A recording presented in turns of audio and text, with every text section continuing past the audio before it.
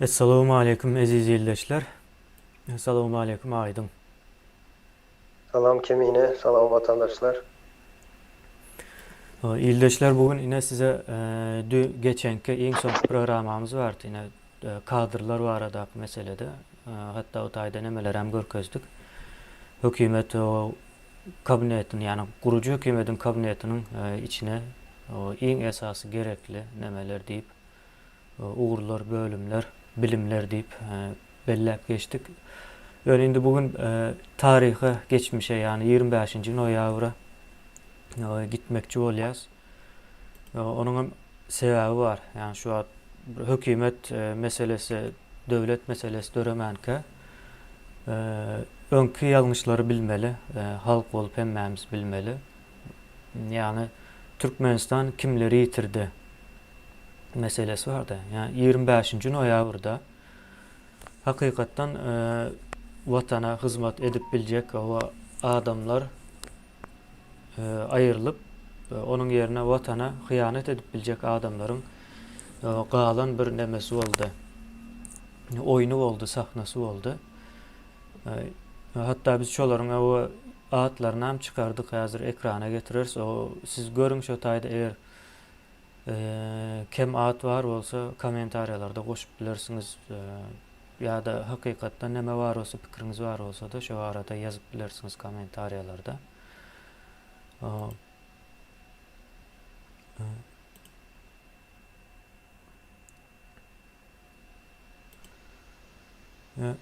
Aydın şu an ekrana getirdim yine yüzün üstünde adam var da 111'den var hazır bizim çıkaranımız. Yani katı kene adam var şu tayda. Yani şuların her biri profesyonel derecede adamlar iken hatta şol vaktin o kıbısı yani edil kıbı doğulu neme kara güçlerin tarafına geçmenke değil de işleyen görünüşündeki nemeler var iken yani adamlar o, o adamların alınıptır içeri vayeniden adamlar alınıptır yani katı kene adam alınıptır da gepin kıskası şu tayda görüven doğru ildeşlerimiz o ne için alındı sonra var da Ko ervet deyip ayırdılar. Yani o bu adam neme prezidentin düşmanı ya da vatanın düşmanı, halkın düşmanı deyip o ad taktılar. Yani hakikaten şonun yalındı.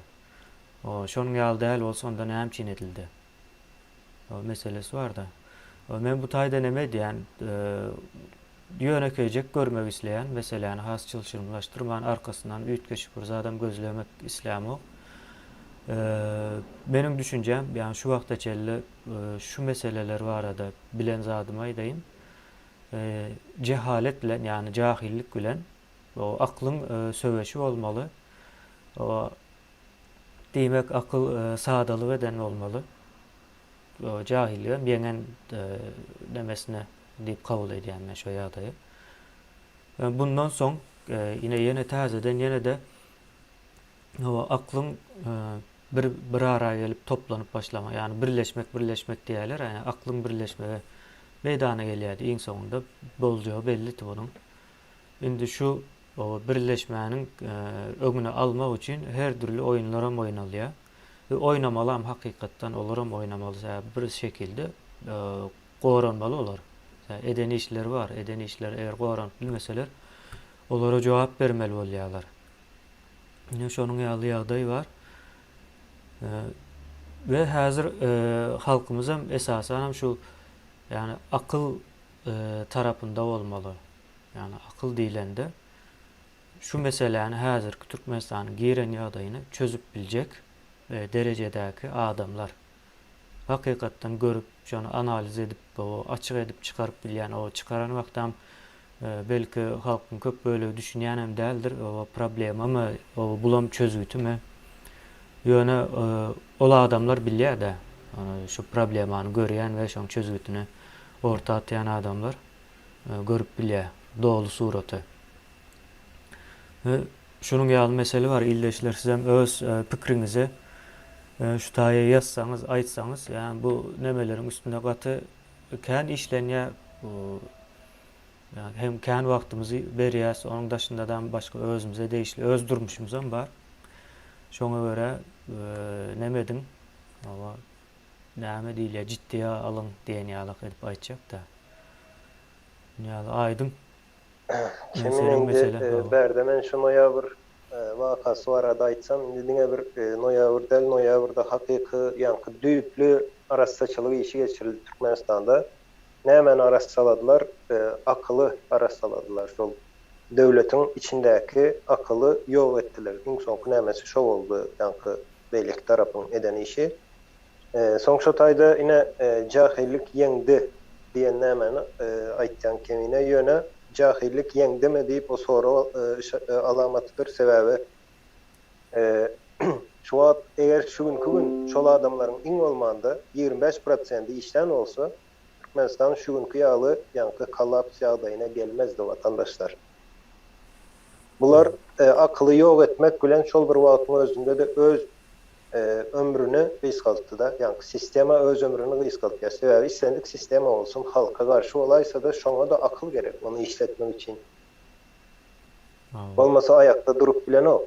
Akyl bilen edilen iş ýanky uzun wagt pikir edip bolýar-da, akyl bolmadyk ýerde iş ýöreýän däldir watandaşlar. Şoň üçin häzir ýöne bir özüniň ýanky tigirlenip gidişi uğrun ýere tigirlense şo taýda tigirlenip gidip barýar Türkmenistan. Hiç gele näme ýok. Bir täsir edip biljek akyl ýok şo taýda. Şo zatlary edip biljek ýa-da düzeltip biljek. Hatda şu gün şo hökümetiň özü hem Türkmenistanda oturan hökümetiň özü hem käbir problemalary çözjek bolýandyr. Sebäbi hakykatdan onun için hem ona da ýem düşünüp başlandyrlar. Bu problemaların soňunyň ýanky gowluk bilen gutarmajagyny özleri hem düşünýändir. Ýöne çözmek üçin akyly ýok etdiler ular. Öz elleri bilen ýok etdiler. Indi nädip çözsün? Çözüp bolmaýar. Şolar çözüp bilmeýär. Ýanky ýa-da şu günkü düşen gününi hiç kili Türkmenistan'ı dikeltmek meselesinde hiç sad edip bilmeýärler. Indi bu Türkmenistan'da aslında 30 yıldan beri ýanky siýasatyna seredip görseňiz watandaşlar diňe şo akyly araç salamak bilen oldu. Akyly indi berde halkyň rolu näme? Halk birinciden şo akyly düşünüp bilmeli. Onu görüp bolany gözü bilen görünýän zat dälde akyl.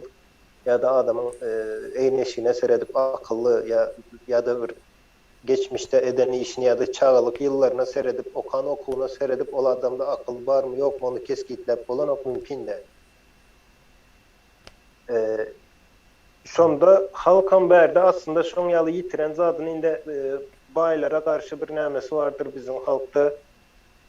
Şu cemiyetimizde baýlara garşy bir ýigrenç ýalyk bir nämesi var. Olam nirden gelýär şol esir döwründen galan bolmaly. Şo wagt oturduldy da şol düşünje. Indi o diýmek näme diýmek? Watandaşlar bir sany iş adamyny ýok etmek diýmek. Oňa halk maňa hiç satylanyk diýip pikir edýär ýöne. Bir iş adamyny ýok etmek diýmek iň azyndan 100 sany işçi işsiz galýar. O näme diýmek? İşsizlik köpelýär Türkmenistanyň içinde. Aýlyk almayan iş öndürücü güýçler hazırlaýar, bir işçi adamı ýok etmek. Ýöne o taýda yüzlerçe iş yerleri, ýa-ni iş adamlary ýok edildi. Ol adamlary halk tanan olam. Näme üçin tanan? Ine şu gün telefon ulanýaňyz, telefon ulanda içinde bir topar tehnologiýalar bar berde. Bir näçe yüzläp adamlaryň eden işleri var, ýa-ni fotoaparatdan tut. Gepleşende sen sesin uğratjan ses gelýär sana, ondan soň ekranyň sensor şu zatlary döreden adamların ya şu nämeleri oylap tapan ýanky akıllı adamların haýsy biriniň adyny bilýäňiz ýa-da tanaýaňyz. Hiç haýsynan tanamyz ok. Nawa. İş eden adam tanalýan däldir. İş eden adam men iş etdim diýip ortağa çykyp aýtmaýar. O işine diýär, o işi yok başga zat. Ol öz işini bilýär. Ýöne berde ýanky jemgyýetiň üstüne düşen bir borç var. Ne şol iş eden adamlaryna birazjyk eýe çykmaly, şolary goramaly. Hakykatdan ine sen ulanýan telefonyň gurban gully sana ýasap beren ok ýa-da başga hiç höküm edem ýasap beren ok ýasap bilmeýärem şu zady. Dünýäň hemme ýerinde şoň ýalydyr. Sene iş adamlaryny ýok edýär, akylly adamlary ýok edýär, halkam sessiz galýar. Hiçsat diýen ok. Ine köpçüligiň ýanky demokratiýaň bir nämesi bu, formasydyr. İş dünýäsinde ýa-da döwlet düşünjesinde watandaşlar ine demokratiýa sözü vardır. Birinciden on ýaly demokratiýa, azatlyk, ýene şoňa meňzeş sözler vardır. Kapitalizm ya da komünizm diýen sözler vardır. Şo sözlere eger köpçülük düşünmeýän bolsa manysyna, o ören gorkunç sözlerdir. Men entek öňümizde bir çoň ýaly mümkinçilik bolsa, ine şu demokratiýa, ine demokratik döwlet kurmaly diýenlere men demokratiýanyň näme diýini sorajak. Ýöne özlerinden yüzleşen wagtym sorajak. Men 100% bilýän şolar demokratiýanyň näme diýini bilýänem däldir. Men bundan 5 ýyl öň demokratiýanyň tarapdary, demokratik döwlet diýätim, şoň ýaly bolmaly diýätim. Ýöne yok, vatandaşlar hiç bir yerde ine demokratiyanın en ösen yeri deyip Amerikanı, Avrupa'nı misal verýärler. Amerika devleti demokratik devlet mi? Onu seyredip göreyin. Yazılan kanunundan, kanunçuluğundan tut edýän işlerine seyredip görün. Yani devlet, birinci devlet sözüne öğrenin. Näme diýin? Ya da devlet düşüncesini özüňize, şu devlet düşüncesine eýe bolun. Soň demokratiýanyň näme diýini öğrenin. O düşünjede eýe bolun. Soň demokratik devlet, şol iki sözü birleştirip bilýäňizmi? Şolary hakyky manysyny bilen ýagdaýyňyzda. Yine berde de edilen iş näme? Şol adamlara halkyň düşmany, devlet düşmanı, çoň ýaly nämeler bilen güne bildirildi şol adamlara. Ol hökümete garşy bolmak. Hökümete garşy bolmak diýmek hiç kili kaýsy kanunda bar sen hökümete garşy bolsaň ýa-da şoňa garşy pikirini aýtsaň sen bir günäkärlenip bilýärmiň hiç bir dünýäde de ýok bolmalan däl ol aýam özüni oraya da. Yani diktatör yok, on ýaly zat yok vatandaşlar. Hökümete garşy durmak diýmek sen öz pozisiýaň şoňa garşy bolsa, garşy her bir adam bir şahsiýet. Näme üçin sen ona garşy bolup bilmeýän ýa-da sen şoň tarapdary bolup bilmeýän. O ikisi de adamın öz hakkıdır o. Onu hiçbir kanunda yazıp bilmeýär. Hökümete garşy çykanın üçin şoňaly ceza berilýär sana diýip. Onsoň nämäni aýdyp geçeli aýdym. Prezidentiň siýasatyna garşym diýip. Ola hijem bolanok. O hijem bolanok, o siýasata garşy bolmak diýmek, eger garşy bolýan bolsaň, o seniň tebii hakyňdyr ha. Ve prezidentiň hem meniň siýasatym diýip tutturýan bolsa, onda onuň ýa mutaýda oturmana haky ýok. Bar birem Türkmenistanyň bir kanun bolan üçin o barada nämekan girbem aýdyp durjak däl. Ýöne umumam bilinmelimiken diýen bundan soňky ýagdaýlarda da. Ama şu näme vardı? Şu hökümet diýilen söz, hökümet devletin içindäki bir sany ýekece guruluşy, ýa-ni aýdaly 25 sany devletin guruluşy ýa-da devletin 25 sany pudawy bar bolsa, şoň ýekece biri hökümet. Ýekece biri hökümet. Özem içinde in bir ýa-ni gereksiz diýip aýdyp biljekler. Devlette, mysal üçin devletin käbir esasy pudaklary bardyr. Ýani konstitusiýasy ýaly ýa-da devlette mülkiyet diyen bir nämesi vardır. Devleti devlet edip bilýän. Ondan soň devlette ýa-ni bilim pudawy vardır. Olam aýry bir näme. Finans sistemasy vardır. Ine bu zatlar gündelik saatlaryň, sekundlaryň işlemeli zatlardır. Ýöne hökümet aýdaly 3 ay hökümetsiz devlet bolup bilýärmi? Bolup bilýär vatandaşlar. 4 ay hökümetsiz devlet bolup bilýärmi? Bolup bilýär. Hökümete aýıran günüň devlet ýykylýar diýen ýeri ýok. Hökümetler o gelýär, gidýär. Ýöne şoňa zatlar bardyr. Bir sen mülkiyet diýilen düşünje var. Mülkiyet diýilende o gelip giden o vatandaşlar ýa-da el degiştiren o zat, el üýtgeden o mülkiyet. Ya-da bilim sisteman vardır. Bilim diýmek 1000 ýyllar öz içine alýan bir zat. Ol gelip giden o ýa-da bir gün var, ertek gün başga bilim oňaly düşünje var. Mene şu güne bir formula çykdy, 10 ýyldan soňra mene şu formulany ine şeýtirip halk bilen maslahat etdik, üýtget diýip ýa-da parlament karar çykardy. Şoň zat gördüňizmi? Ýok. O bilim hem şoň ýaly uzun wagtly bir zatdyr. Hatda hemişelik diýin men bilime. Mülkiyet hem şoň ýalydyr. Ýöne hökümetiňiz siziň gelýär, gidýär. Käbir halatlarda hökümetler ine halk aýaklanyp hökümetler gaçýar, şo arada wagtlaýyn hökümet gelýär ýa-da şoň ýerine ine başga bir formada wagtlaýyn başga hile dolandyrylşa geçe konstitusiýanyň güýji gaçýandyr şol aralykda. Ýani hökümetsiz döwlet galyp bilýär ýene belli bir wagt içinde. Ýöne soňundan ýene hökümet gelýär şo parahatçylyk nämesine geçilenden soň. Ýöne Türkmenistanda hökümet bilen döwleti deň derejede tutýarlar. Soň ýanky adamlar hem şol noýabrda da şol hökümetiň ýalňyş ýola gitkendigini düşünen adamlar ve döwletiň umumy gidiş ýoluny, ýanky ters ýoldan gitkenini gören üçin şoňa garşy bir ýanky hereketlenme diýelim ýa-da şol işleri ýanky düzeltmek üçin synaşan adamlara näme diýerler? Terörist Döwlet diýdiler. adalygy, terörist döwlet adalygyny etjek boldular diýdiler. O son şol adamlar ine şu illeşler nemede görýän adamlaryňyzyň köpüsü döwlet adamlary, ýani hökümet adamy däldir. Ýani döwlet adamy hiçem garşdyrmaly däl. Hökümetiň adamy başga bolýandyr. O döwletiň adamy başga bolýandyr. Şu döwlet adamlary o hökümete eger ýalňyş ýolda gidip barýan bolsa aýyrmana haky bardyr, ýani kanuna laýyklykda. O medil şo şekilde boljak ekeni. Ýani näme diýilýär, ruhyet köşkü girip eli kelepçeli çıkarıljaktı. Şu Niyaz şo taýdan. O ýöne oýunyň içinde oýun bar ekeni. Bunu bilýän adamlar hem bar sesini çıkarman ýören. Olara iň soňda aýtmaly bolar ýa-da aýtmasada çykjak da ortaýa hem bilinýän zatlar bar. Soň ýene bir zat aýdyn. Şu görýän atlarymız diňe 25-nji noýabrda Niyazowyň döwründe ýok edilen adamlar.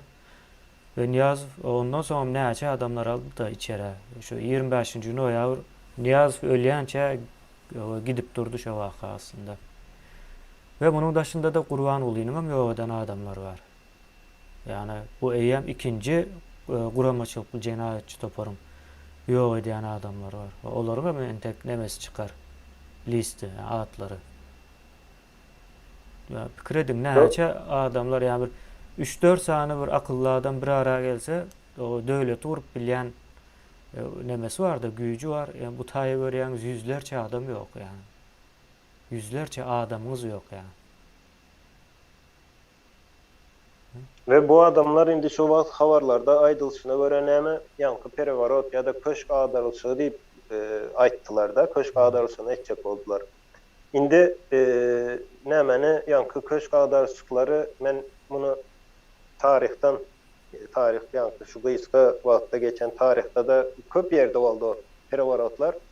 Indi perewarotlar watandaşlar näle bolýar, tertibi näle onun perewarotlar hemişe giýje bolýandyr. 12 saat 12'de ya da 2'de şoň ýaly giýje bolýar ve irden ýanky adamlar daşary çykan wagty habar tapyp galýarlar.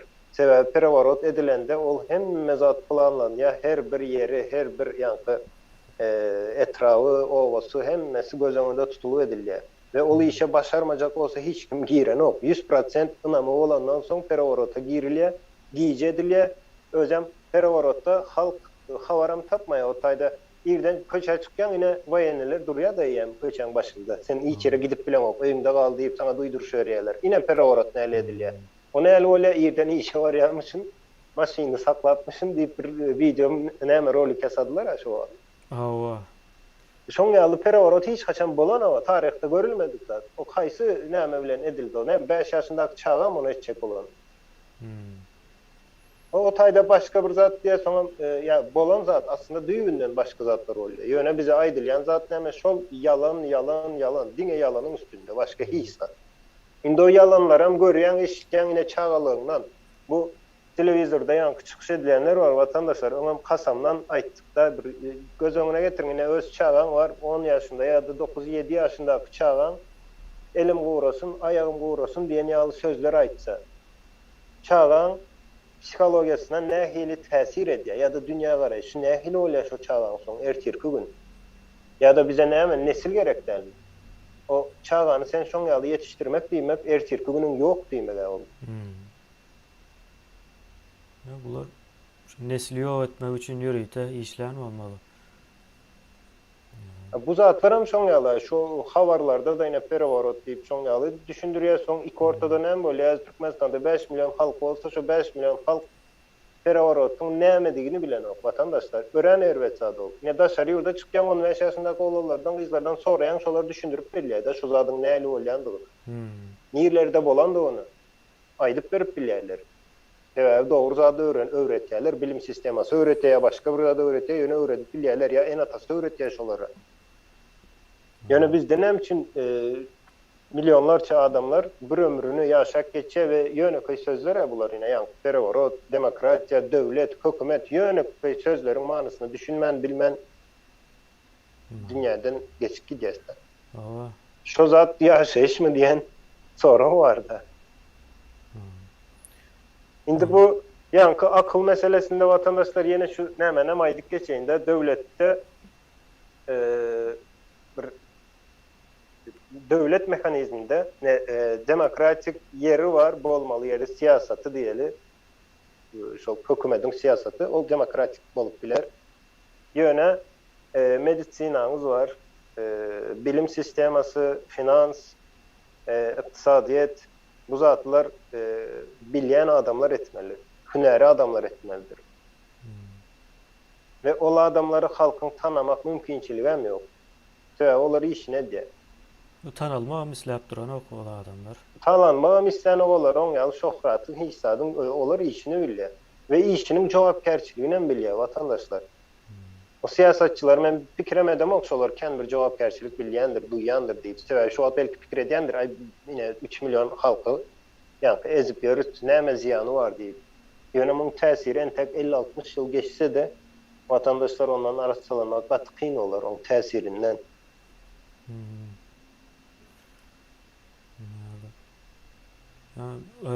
İldeşler yani şu taýda biz ýoş näme edeli, bolly edeli.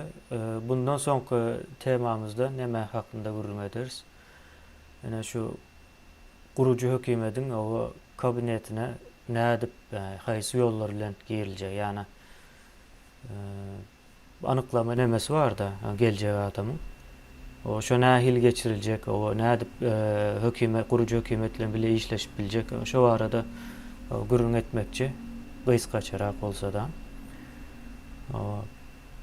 onun daşında da yuvaş biz ilerlers ve son käbir tekliplerimiz olacak Milli Halas Ediş Komitetine. Son şu tekliplerimize açık görürsünüz sizem. Eğer doğru bir şekilde teklif edip bilsek näme geçireriz ona durmuşa yuvaştan. Yani.